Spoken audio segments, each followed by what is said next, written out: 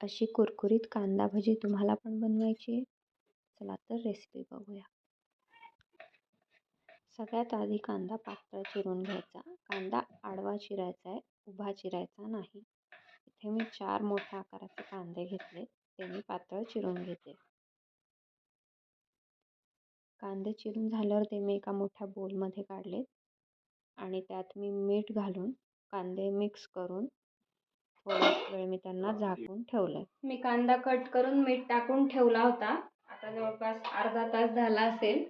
आता मी त्याच्यात मसाले टाकते. हळद, लाल तिखट, ओवा हातावर जरा क्रश करून टाकायचा, फ्लेवर छान येतो.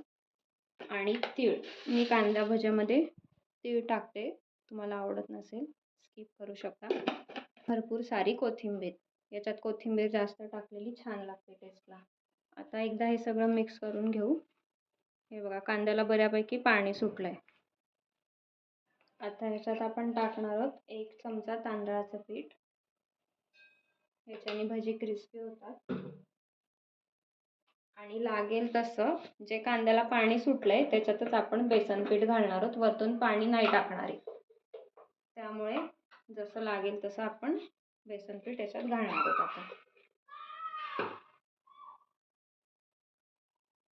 तुम्हाला जर कांदा कट करून ठेवायला वेळ नसेल, पटकन भजी बनवायची असेल, तर थोडा पाण्याचा हबका मारून तुम्ही ही भजी बनवू शकता सेम पद्धतीने. भजीचं पीठ आपलं तयार आहे. एवढं घट्ट हे ठेवायचं आहे. वरतून पाणी टाकायची गरज नाही. याच्यात जेवढं बेसन पीठ बसलंय तेवढं मी टाकून घेतलंय. या पिठाची कन्सिस्टन्सी अशी पाहिजे आपल्याला. इथे मी कढईत तेल तापायला ठेवलं होतं. असा गोळा टाकला की बुडबुडे यायला पाहिजे. आता मी गॅस लो केलाय आणि आपण याच्यात भजे सोडून घेऊ.